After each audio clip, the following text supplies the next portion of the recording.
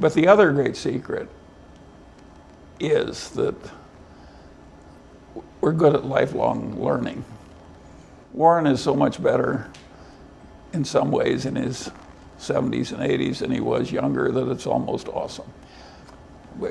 If you keep learning all the time, you have a huge advantage. And we both just like it. And we have a wonderful group of friends, really wonderful. From whom we can learn a lot. Yeah. How do you learn faster?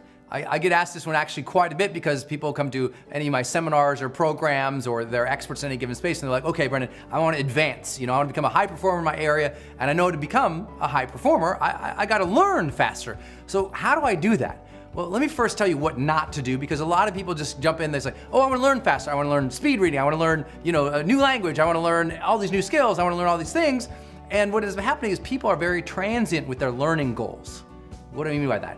I mean, they're kind of phony about it. They really don't want to learn. They say, I'd like to learn this. I'd like to learn that. Someday I'd like to learn this. Someday I'd like to learn French. Someday I'd like to learn how to do photos. Some days I'd like to blog. Someday I'd like to do video. And they never actually learn it, because learning doesn't happen someday. It has to happen consistently. And that's the thing.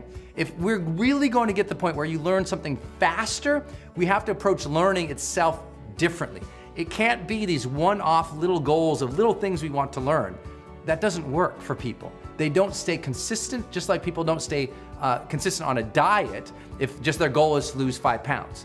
There has to be a broader vision for who they are and what they want to be about and what they want their life to be about if they're going to stay on a diet. Same thing for learning.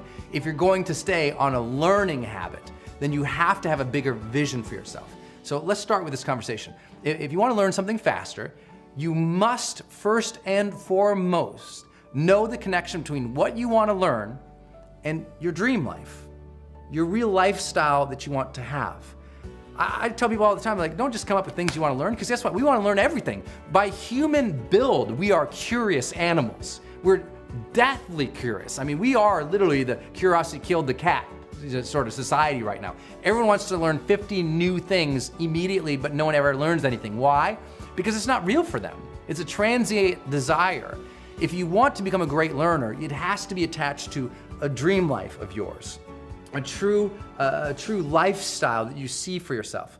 Let me give you an example. Lots of people say, I'd like to learn some French.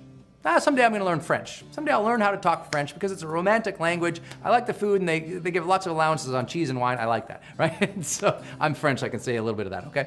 So I have a little piece of French in me, I should say. So here's what's happening. If I don't have the vision for myself someday going to experience France, or someday going to a place where they speak French, or someday having real interactions with a human being speaking French, and it's important to me, and it's a deep sort of dream, desire, vision for that, I'm never going to do the work to actually learn French. There's no why there. You have to know what you want of your life before you become a master learner. Let me say that again. You have to know what you want of your life before you become a master learner. Until I know what I want my life to be about, what do I want to experience on a daily basis, what do I want my dreams to be, who I want to be, I don't know what to learn. I'm just going to be curious about things and I'll dabble in them. But that path to real true mastery is that part where we say, okay, what do I want my life to be about? Now let me develop the knowledge, the skills, the competencies, the capabilities to build into that life. And that's where you get someone who becomes a master learner. I have mastered almost every skill that was necessary for me to achieve my personal dream life.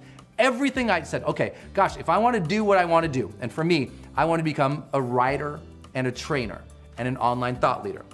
I wanted to write books, wanted to train people live, and I wanted to do online marketing and online thought leadership so I could share my message with the world and hopefully inspire people to live more fully, to love more openly, and to make a greater difference. I had the message, and then I had the mediums, books, seminars, lives, events, online stuff, right?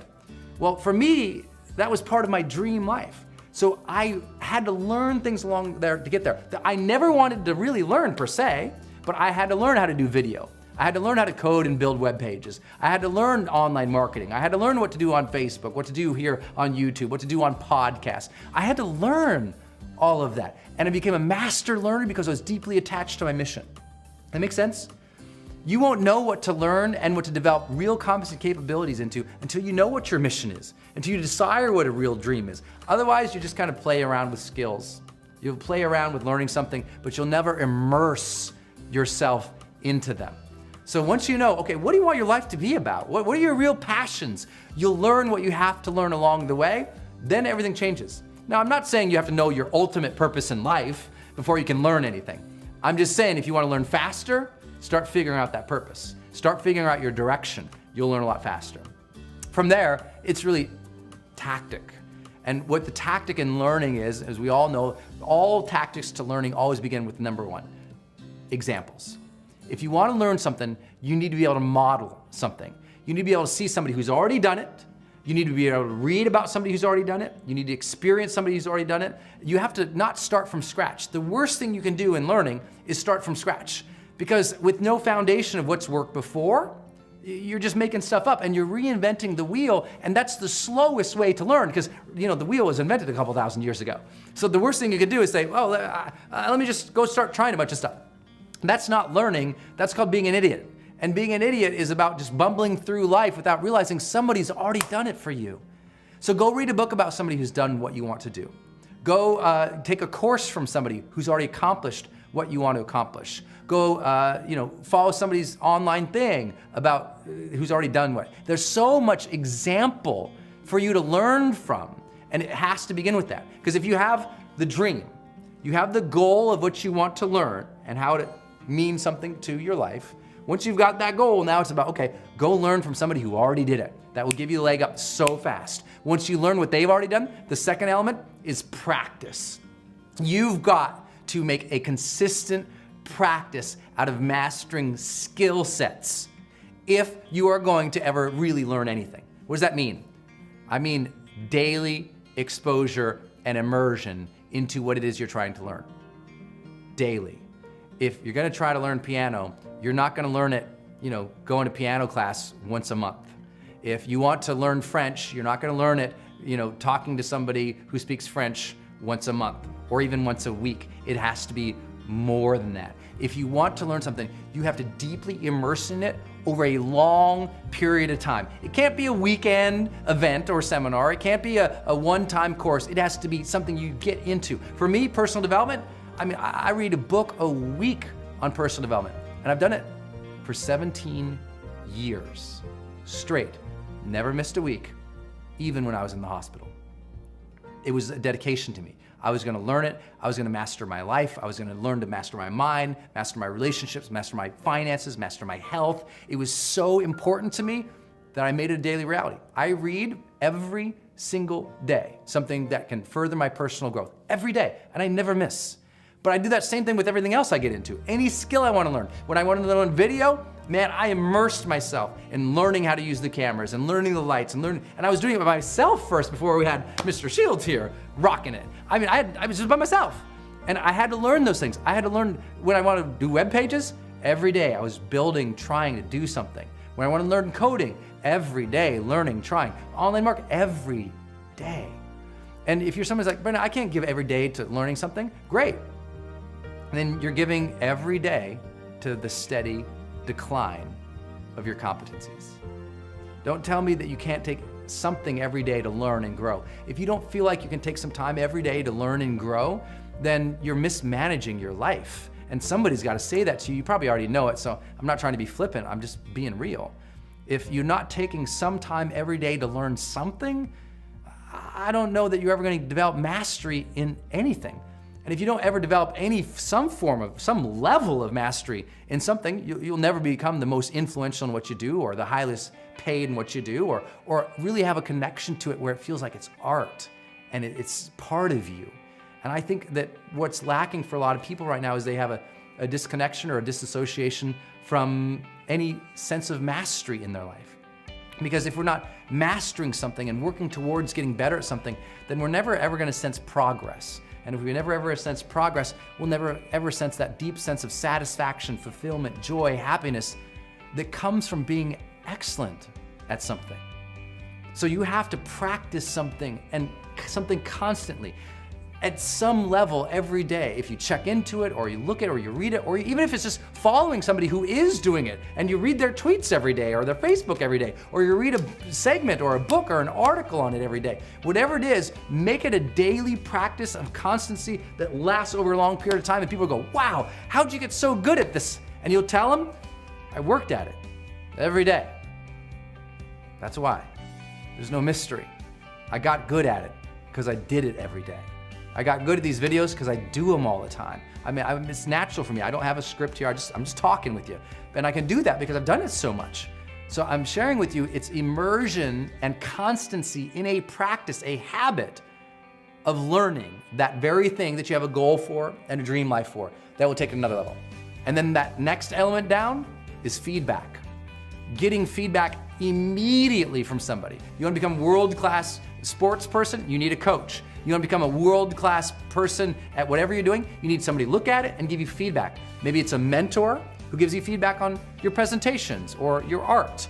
Maybe it's a friend of yours who has a discriminating eye, who can look at things and give good, valuable, constructive feedback. And you say, hey, before I send this out, could you guys look at this?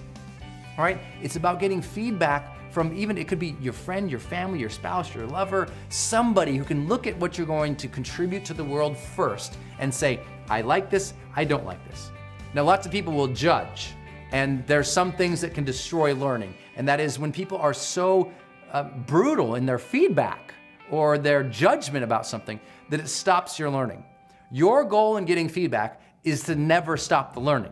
Take the feedback for whatever value it is. If it came from a dark place and a mean person, don't listen to it. There's nothing relevant there. It's from the wrong space.